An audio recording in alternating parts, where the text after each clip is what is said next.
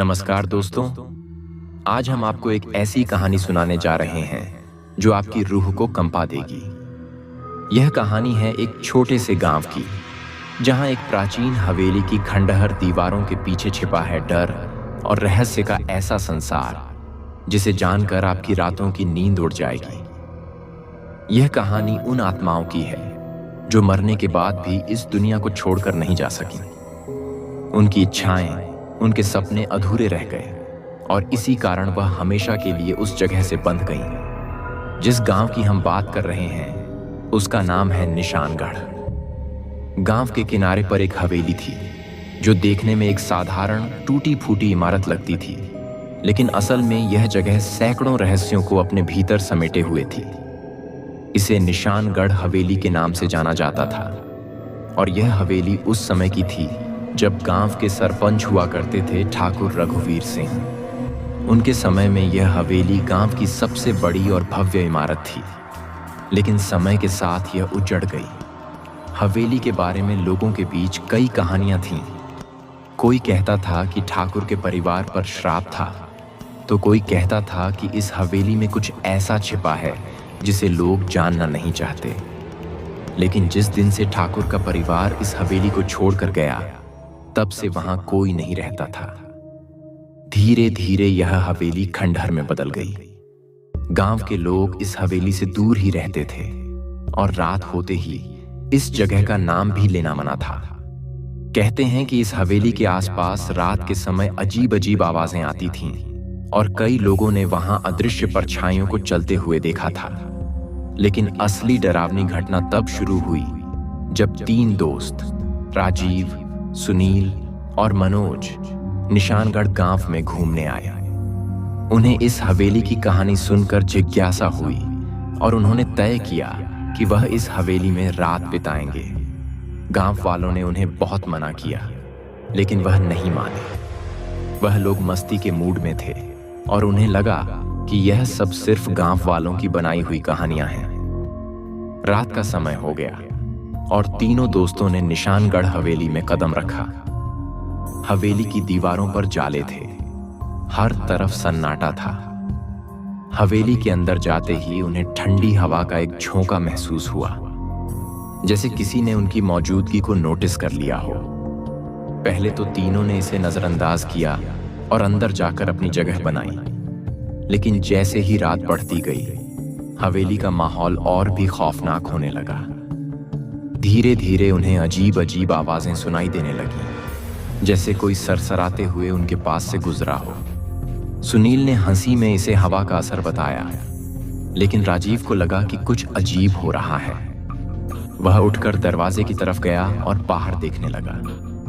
तभी अचानक उसे दरवाजे के बाहर एक सफेद साया दिखाई दिया।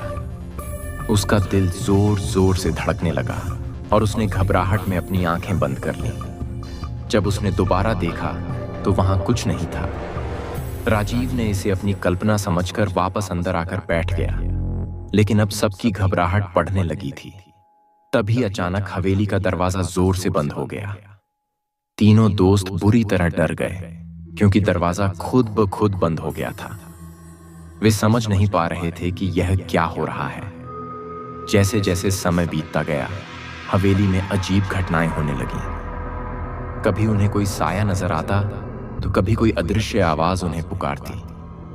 मनोज, जो अब तक शांत था, अचानक उठकर कहने लगा कि हमें यहां से तुरंत निकलना चाहिए।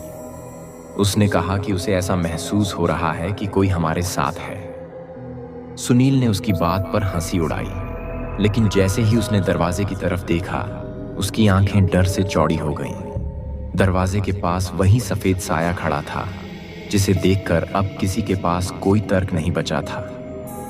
तीनों दोस्तों ने जल्दी से बाहर भागने की कोशिश की, लेकिन हवेली का दरवाजा किसी अज्ञात शक्ति द्वारा बंद हो चुका था। वे बुरी तरह फंस चुके थे और अब उनका सामना उन आत्माओं से होने वाला था जो सदियों से इस हवेली के कैद खाने में बंधी हुई थी। तीनों दोस्त हवेली के भीतर फंस चुके थे। हवेली के भीतर का माहौल ऐसा था जैसे दीवारें भी उन पर नजर रखे हुए थीं। राजीव के माथे पर पसीना बहने लगा। मनोज का दिल तेजी से धड़क रहा था और सुनील के चेहरे की मुस्कान गायब हो चुकी थी। वे एक दूसरे को देखकर भी डर को छिपा नहीं पा रहे थे। दरवाजा बंद था और हवेली में कहीं भी कोई खिड़की नहीं दिख रही थी जिससे वे बाहर निकल सकें। अचानक एक तेज ठंडक पूरे कमरे में फैल गई और दरवाजे के पास एक धीमी सी आवाज गूंजने लगी। यह आवाज किसी इंसान की नहीं थी, बल्कि मानो कोई अदृश्य शक्ति फुसफुसा रही हो। तीनों ने पहले तो इसे हवा का असर माना, लेकिन जब आवाज और तेज होने लगी तो उनकी हिम्मत जवाब देने लगी। अचानक कमरे की दीवार पर खून के छींटे उभरने लगे। यह खून नहीं था, बल्कि ऐसा कुछ था जो दिखने में खून जैसा था, लेकिन सूंघने पर एक अजीब सी सड़ी हुई गंध आती थी। यह देखकर मनोज की सांसें रुक गईं। उसने सुनील और राजीव को खींचते हुए कहा, हमें तुरंत यहां से निकलना चाहिए, यहां कुछ गलत हो रहा है। लेकिन हवेली उन्हें इतनी आसानी से छोड़ने वाली नहीं थी। दरवाजे पर एक अदृश्य ताकत का कब्जा था और कमरे में अजीब सी परछाइयां घूमने लगीं। तीनों के चारों ओर से एक घुटन भरी आवाजें आने लगीं, जो पहले धीमी थीं, लेकिन धीरे धीरे इतनी तेज हो गईं कि तीनों अपने कानों को ढकने लगे। राजीव ने हिम्मत जुटाकर दरवाजा खोलने की कोशिश की, लेकिन दरवाजा मानो किसी अदृश्य ताकत के द्वारा जकड़ा हुआ था। सुनील ने पास पड़ी एक कुर्सी उठाई और दरवाजे पर जोर से मार दी। एक जोर की आवाज आई, लेकिन दरवाजा नहीं टूटा। उसी पल कमरे के कोने से एक परछाई धीरे धीरे उभरने लगी। वह परछाई मानो उन तीनों की तरफ बढ़ रही थी। मनोज की आंखें फटी की फटी रह गईं। उसने अपनी जेब से मोबाइल निकाला और टॉर्च जलाने की कोशिश की, लेकिन मोबाइल काम नहीं कर रहा था। वह परछाई अब इतनी करीब आ चुकी थी कि उसकी शीतल सांसें तीनों की गर्दनों पर महसूस होने लगी थीं। परछाई की उपस्थिति ने उनके रोंगटे खड़े कर दिए। तभी अचानक हवेली का फर्श कांपने लगा। तीनों ने फर्श की ओर देखा, जहां से दरारें उभरने लगी थीं। यह दरारें हवा में फैलने लगीं और उसमें से मानो किसी के खौफनाक चीखों की आवाजें निकल रही थीं। वे आवाजें इतनी खतरनाक थीं कि तीनों दोस्त अपने होश खोने के करीब थे। राजीव ने चीखते हुए कहा, भगवान के लिए हमें यहां से निकलने दो। लेकिन उस रात की डरावनी घटनाएं अभी और भी ज्यादा खौफनाक होने वाली थीं। हवेली में मौजूद हर दरवाजा, हर दीवार अब एक जीते जागते डर में बदल चुकी थी। हर कोने से उन्हें अब केवल मौत की दस्तक सुनाई दे रही थी। अब तीनों दोस्त बुरी तरह फंसे हुए थे। हवेली का हर हिस्सा किसी जीवित शक्ति जैसा महसूस हो रहा था। राजीव, सुनील और मनोज ने अब तक जितनी भी डरावनी कहानियां सुनी थीं, वे सब इस एक रात के सामने फीकी पड़ चुकी थीं। हवेली के भीतर जो भी हो रहा था, वह किसी सामान्य शक्ति का खेल नहीं था। यह एक पुरानी और खतरनाक आत्मा की कैद थी, जो अब उन्हें अपना शिकार बना चुकी थी। मनोज, जो अब तक सबसे शांत था, अचानक घबराहट में जोर से चिल्लाया, यहां से बाहर निकलने का कोई रास्ता होना चाहिए, हमें कुछ तो करना पड़ेगा। राजीव और सुनील भी पूरी तरह से आतंकित थे, लेकिन उन्होंने मनोज को संभालते हुए कहा, ठीक है, हम सब मिलकर एक रास्ता निकालते हैं। यहां बैठकर डरने से कुछ नहीं होगा। उन्होंने चारों ओर देखा, लेकिन कोई खिड़की या बाहर निकलने का रास्ता नहीं मिला। अचानक हवेली के सबसे बड़े हॉल से हल्की हल्की हंसी की आवाज आने लगी। यह हंसी किसी जीवित इंसान की नहीं थी, बल्कि मानो किसी आत्मा की हो जो सदियों से यहां फंसी हुई थी। सुनील ने हिम्मत करके उस दिशा में जाने का फैसला किया, लेकिन जैसे ही वह हॉल की तरफ बढ़ा, हवा में अजीब सा भारीपन महसूस हुआ। उसकी चाल धीमी होती गई और अचानक वह बीच रास्ते में ठिठक गया। उसके सामने एक धुंधली परछाई दिखाई दी, जो धीरे धीरे साफ होने लगी। यह कोई सामान्य परछाई नहीं थी, बल्कि एक महिला की आकृति थी, जो सफेद लिबास में लिपटी हुई थी। उसकी आंखों में गहरी नफरत और दर्द था। उसने सुनील की ओर देखा और धीरे धीरे उसकी ओर बढ़ने लगी। सुनील की सांसें जैसे थम गईं। वह अपनी जगह से हिल भी नहीं पा रहा था। उसके पैर मानो जमीन से चिपक गए थे। मनोज और राजीव ने सुनील को चुपचाप खड़े देखा तो उन्होंने उसकी ओर दौड़कर उसे वहां से खींचने की कोशिश की, लेकिन सुनील अब किसी और ही दुनिया में था। उसकी आंखों में डर और आतंक साफ झलक रहा था। उसने धीरे से कहा, वह मेरे बहुत करीब आ रही है। राजीव ने उसकी बांह खींची और चिल्लाया, सुनील जागो, यहां से निकलो। लेकिन सुनील की आंखें अब उस महिला की ओर स्थिर थीं और उसकी गर्दन से मानो एक अदृश्य हाथ उसे पकड़कर दबा रहा था। तभी अचानक कमरे की सभी खिड़कियां और दरवाजे जोर जोर से बंद होने लगे। हवेली के हर कोने से एक ही आवाज आ रही थी, जैसे कोई कह रहा हो, तुम यहां से नहीं जा सकते। मनोज ने राजीव को घसीटते हुए कहा, हमें यहां से किसी भी तरह बाहर निकलना होगा, वरना हम सब मारे जाएंगे। उन्होंने सुनील को खींचकर हॉल से बाहर निकाला, लेकिन वह महिला की परछाई अब भी उनका पीछा कर रही थी। उसकी खौफनाक हंसी पूरे हॉल में गूंज रही थी। जैसे जैसे वे भाग रहे थे, हवेली के अंदर अजीब अजीब चीजें घटने लगीं।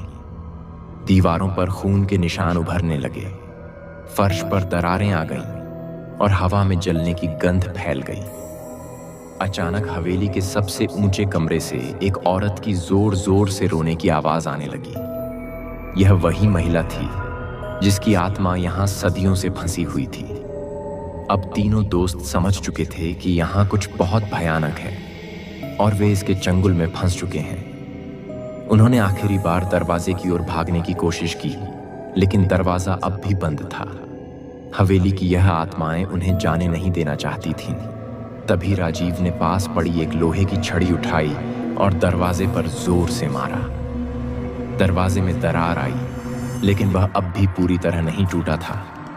मनोज ने जोर से चिल्लाकर कहा, यह हमें मारने की कोशिश कर रही है, हमें कुछ करना होगा वरना हम नहीं बचेंगे।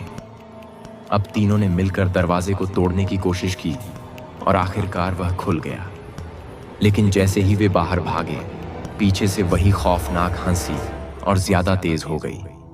हवेली के दरवाजे के बाहर खड़े होकर उन्होंने पीछे मुड़कर देखा तो वहां कुछ भी नहीं था, लेकिन तीनों के चेहरों पर पसीना, दिलों में खौफ और दिमाग में वो डरावनी घटनाएं हमेशा के लिए छप चुकी थीं। हवेली ने उन्हें बाहर जाने दिया था, लेकिन वह डर उनके साथ जिंदगी भर के लिए बंध चुका था। तीनों दोस्त दरवाजे से बाहर निकल चुके थे, लेकिन हवेली का खौफ अब भी उनके दिलों में बसा हुआ था। दरवाजा खुलने के बाद भी वह ठंडी भारी हवा उनके पीछे पीछे चल रही थी, मानो उन्हें अपनी गिरफ्त से पूरी तरह छोड़ने का इरादा ना हो। बाहर का माहौल बिल्कुल शांत था, लेकिन इस सन्नाटे में छिपी थी एक अजीब सी बेचैनी।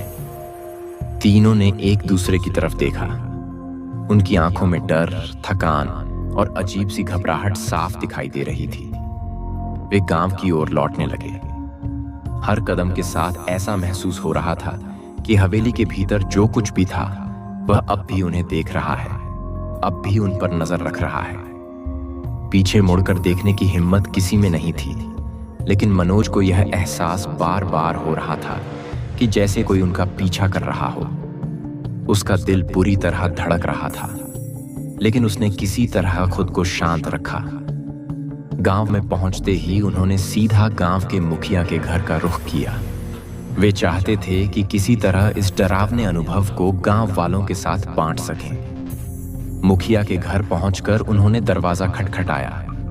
अंदर से मुखिया की आवाज आई, कौन है इतनी रात को? राजीव ने कांपती आवाज में कहा, मुखिया जी, हम हैं, हमें अंदर आने दीजिए, कुछ बहुत बुरा हुआ है। मुखिया ने दरवाजा खोला और तीनों को देखकर चौंक गया।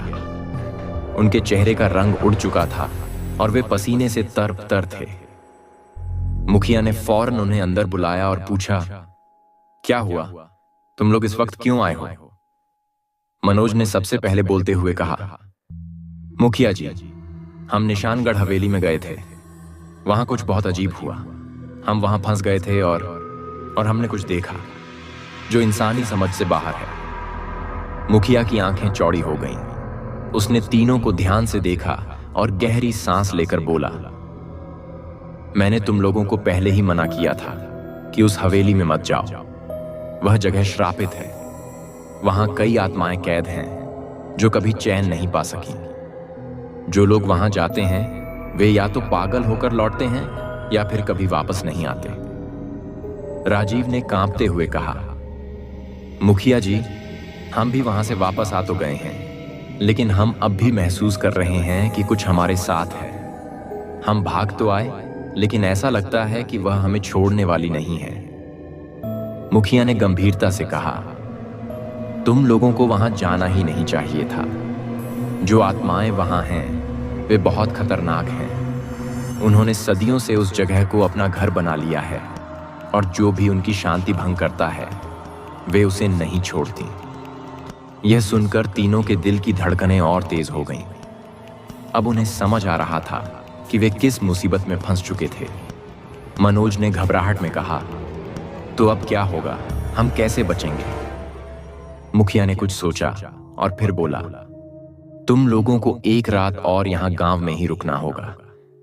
मैं सुबह किसी साधु से संपर्क करूंगा जो इन चीजों को समझता है। वह शायद तुम्हारी मदद कर सके। लेकिन याद रखना, तुम लोग इस रात में हवेली की दिशा में मुड़कर भी नहीं देखोगे, नहीं तो कुछ बहुत बुरा हो सकता है। तीनों दोस्त मुखिया के घर में ही ठहर गए। वह रात उनके लिए बहुत लंबी थी। उन्हें नींद तो बिल्कुल नहीं आ रही थी, लेकिन डर के मारे वे एक दूसरे के करीब बैठ गए। राजीव और सुनील को यह महसूस हो रहा था कि हवेली से बाहर निकलने के बावजूद उसकी ताकत अब भी उनके ऊपर हावी थी। अचानक राजीव ने महसूस किया कि कमरे में तापमान फिर से ठंडा हो रहा है, जैसे कि कोई अदृश्य ताकत वहां भी पहुंच गई हो। सवेरा होते ही मुखिया ने गांव के साधु को बुलाया। साधु ने तीनों दोस्तों को देखा और कहा, तुम लोगों ने बहुत बड़ी गलती की है। निशानगढ़ हवेली में जो आत्माएं रहती हैं वे कभी शांति नहीं पा सकी। तुम्हें वहां नहीं जाना चाहिए था। अब यह आत्माएं तुम्हारे साथ जुड़ गई हैं, लेकिन घबराओ मत। मैं एक यज्ञ कराऊंगा जिससे तुम्हारी सुरक्षा हो सकेगी। साधु ने पूरे गांव के लोगों को इकट्ठा किया और हवेली के पास यज्ञ का आयोजन किया। यज्ञ के दौरान हवेली के चारों ओर अजीब सी हलचल महसूस होने लगी। हवेली की दीवारें हिलने लगीं और ऐसा लगा कि हवेली की आत्माएं इस यज्ञ को रोकने की कोशिश कर रही हैं। लेकिन साधु ने मंत्रोच्चारण तेज कर दिया और अंत में यज्ञ पूरा हुआ। तीनों दोस्तों ने थोड़ी राहत की सांस ली, लेकिन उन्हें यह एहसास हो चुका था कि जो उन्होंने देखा वह उनकी जिंदगी से कभी मिट नहीं पाएगा। साधु ने अंत में कहा, यह यज्ञ तुम्हारी रक्षा करेगा, लेकिन अब तुम्हें इस हवेली से दूर रहना होगा। और ध्यान रखना, जो कुछ भी तुमने यहां देखा है उसके बारे में औरों को न बताना, वरना वे भी इस श्राप का शिकार हो सकते हैं। तीनों दोस्त गांव छोड़कर वापस लौट गए, लेकिन उनके दिलों में वह रात और हवेली का डर हमेशा के लिए बस गया। गांव के लोग कहते हैं कि निशानगढ़ हवेली में जाने की गलती अब कोई नहीं करता। वहां अब भी वही खौफनाक हंसी गूंजती है और रात के समय हवेली के दरवाजे खुद ब खुद खुलते और बंद होते हैं। लोग अब भी कहते हैं कि जो एक बार हवेली के अंदर जाता है वह वहां की आत्माओं से कभी बच नहीं पाता। तो दोस्तों, यह थी हमारी आज की कहानी, जो शायद आपके रोंगटे खड़े कर गई होगी। अगर आपको यह कहानी पसंद आई हो तो इस वीडियो को लाइक जरूर कीजिएगा और हमारे चैनल को सब्सक्राइब करना बिल्कुल भी न भूलें। इस वीडियो को अपने दोस्तों के साथ भी शेयर करें और कमेंट करके बताएं कि आपको यह हॉरर स्टोरी कैसी लगी। मिलते हैं एक और नई और खौफनाक कहानी के साथ। तब तक के लिए धन्यवाद और थैंक्स फॉर वॉचिंग।